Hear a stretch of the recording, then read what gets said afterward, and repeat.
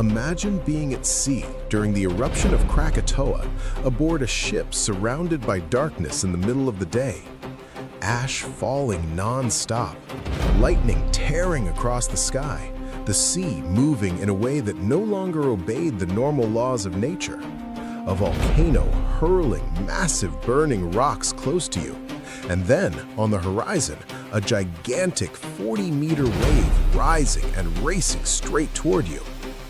The most human reaction would be to run, but one man did the opposite. This is the true story of a man who faced head-on the fury of one of the most devastating volcanic eruptions in modern history, and not only survived, but saved more than 100 lives. This is the story of Johan Lindemann.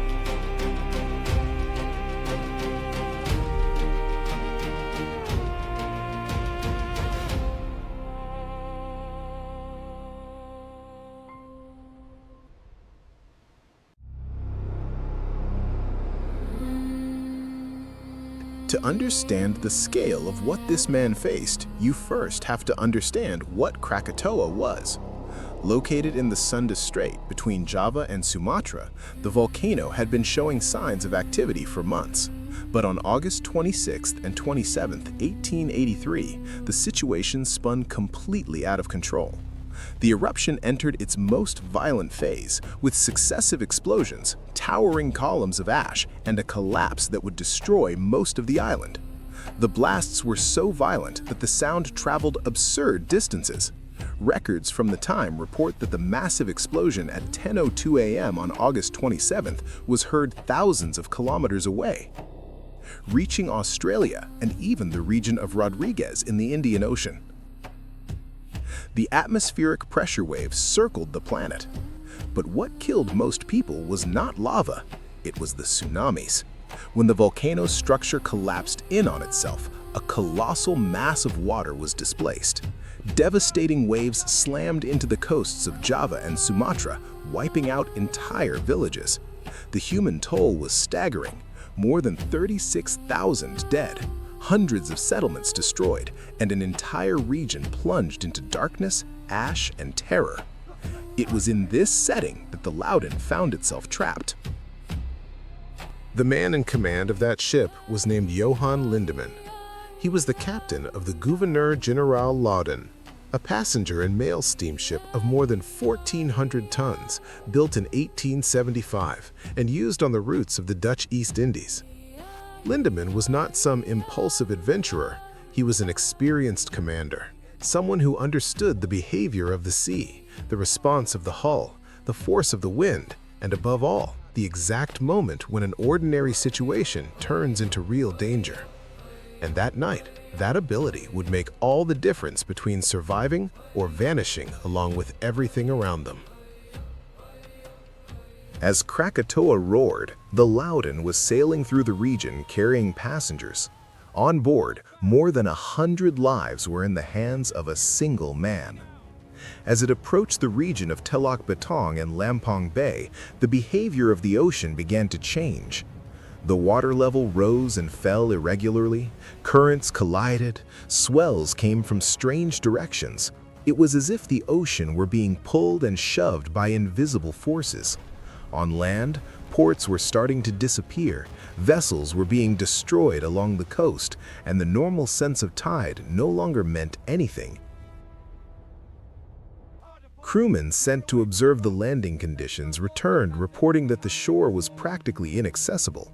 The pier was already compromised, and the waves were destroying any attempt to approach. The Loudon was in a deadly limbo, too close to the catastrophe to turn back safely and too close to shore to remain there without danger. At that moment, the captain realized a brutal truth. The ship was isolated and no one was coming to save them. If the sea had already become threatening, now the sky would complete the nightmare. The eruption hurled enormous quantities of ash, pumice, volcanic mud, and gases into the atmosphere. Before long, daylight began to die. What should have been morning or afternoon turned into total darkness, a blackness so dense that people could barely see each other on deck, even standing only a few steps apart. A heavy mixture of wet ash and mud, saturated with sulfur, fell onto the ship. Within minutes, everything began to accumulate: decks, ropes, masts, structures. On a ship, this kind of buildup is an extremely serious threat. Excess weight high up changes the vessel's center of gravity, and when the center of gravity rises too much, a side wave can turn a roll into a capsize.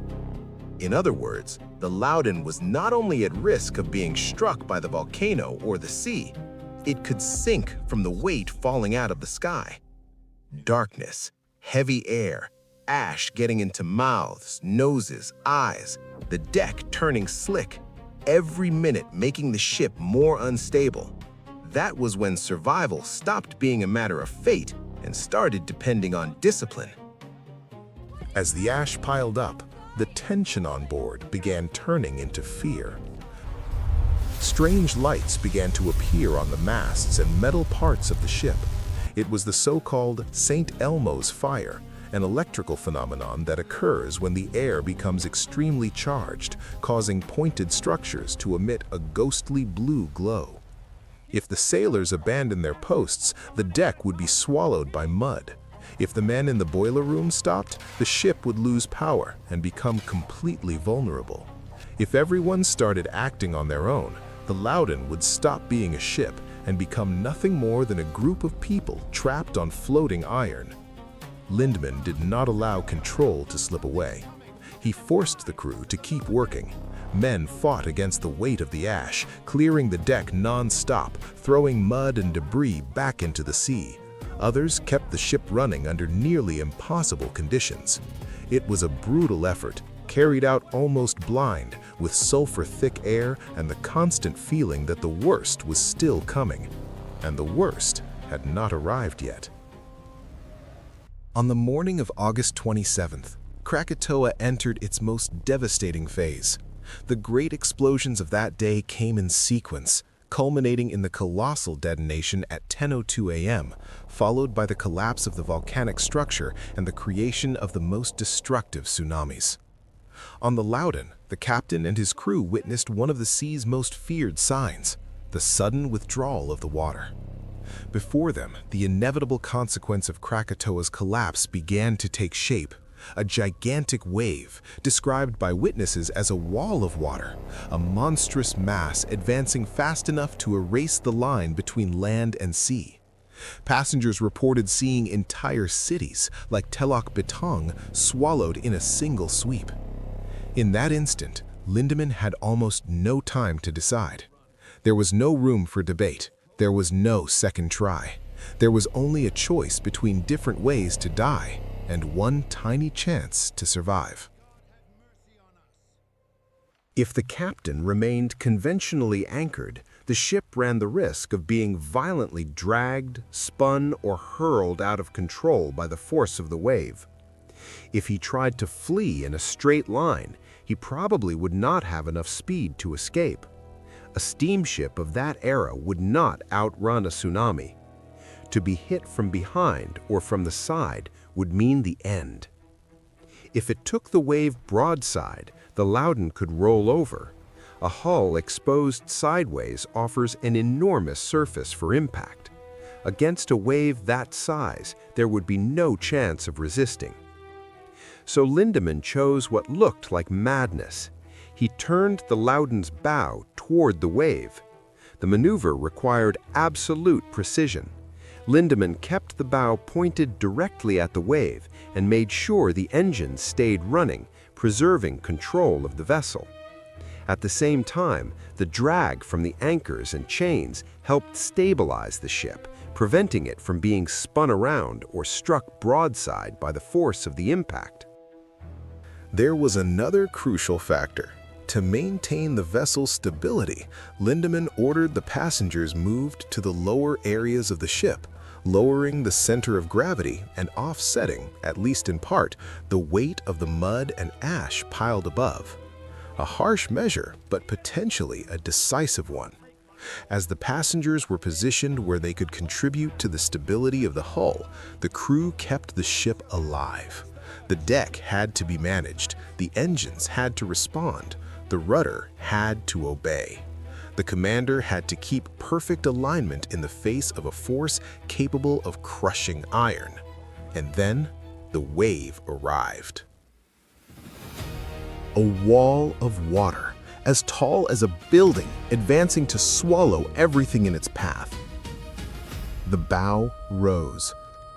The ship began to climb, metal groaning, wood shuddering, the entire world tilted into one impossible angle. For a moment, it seemed as though the ship were suspended between two abysses. Above, a dead sky of ash. Below, a void of water ready to swallow everything. And then, the impact. The Loudon cut into the wave, rose, reached the top, and plunged down the other side. Against all odds, the ship held. It did not defeat the sea, but it passed through its fury and came out alive on the other side. Crossing the wave was not the end of the ordeal. After the main impact, the ship still had to keep existing inside a world that seemed to have been erased. The darkness remained for many hours. Ash kept falling. The sea stayed dangerous. The Loudon spent around 18 hours immersed in that volcanic blindness, surrounded by an environment where no one could clearly tell what was left of the world around them. On deck, the struggle became almost mechanical. Clear, maintain, balance, endure. Instant courage saves a second. Sustained courage saves an entire voyage. When daylight finally returned, what appeared before the survivors was a different world. Krakatoa practically no longer existed. 2/3 of the island had vanished. Angers, the port where the Loudon had docked just a day earlier, was gone. The 10-meter wave had consumed everything: houses, people, the lighthouse, the docks. Telak Batong, which the crew had watched from the deck as the first wave advanced, had been swallowed by the sea in a single motion. A steamship, the Barao, was hurled 1.6 kilometers inland across Sumatra and deposited in the bed of a river. All 28 crew members died. More than 165 towns and villages were destroyed. Another 132 were severely damaged. The official death toll was 36,417, but many believe the true number exceeded 120,000. And in the middle of that apocalypse, covered in mud, ash, and the marks of the hell it had passed through, the Gouverneur General Loudon was still afloat. Filthy, disfigured, but intact. And most extraordinary of all, when Lindemann finally managed to dock days later, he disembarked every passenger and crew member. Not a single life was lost. Over time, Lindemann's story took on almost legendary proportions. The Dutch colonial government decorated him for his bravery. But what truly remained were not medals or titles. It was the record of what happened. His logbook and the accounts of those aboard the Loudon became fundamental documents for understanding the eruption of Krakatoa, not only as a natural event, but as a human experience pushed to the limit. Because some men go down in history for winning wars, and some men go down in history for making the right decision at the exact moment the world is ending. Captain Lindemann's story is not just about a ship that survived a tsunami. It is about the difference between panic and command, between impulse and calculation, between retreating in the face of terror and understanding that sometimes the only way out is to move straight toward it. In the Sunda Strait in August 1883, the sky went dark, the earth exploded, and the ocean rose against every living thing. But in that impossible scene, one commander still managed to think, still managed to lead, still managed to save lives. And that is why, more than a century later, the name Lindemann still echoes as a symbol of human courage in the face of nature's raw power. Because on that day, when the sea became a wall and the world seemed to be ending, one man did not choose to run. He chose to face it.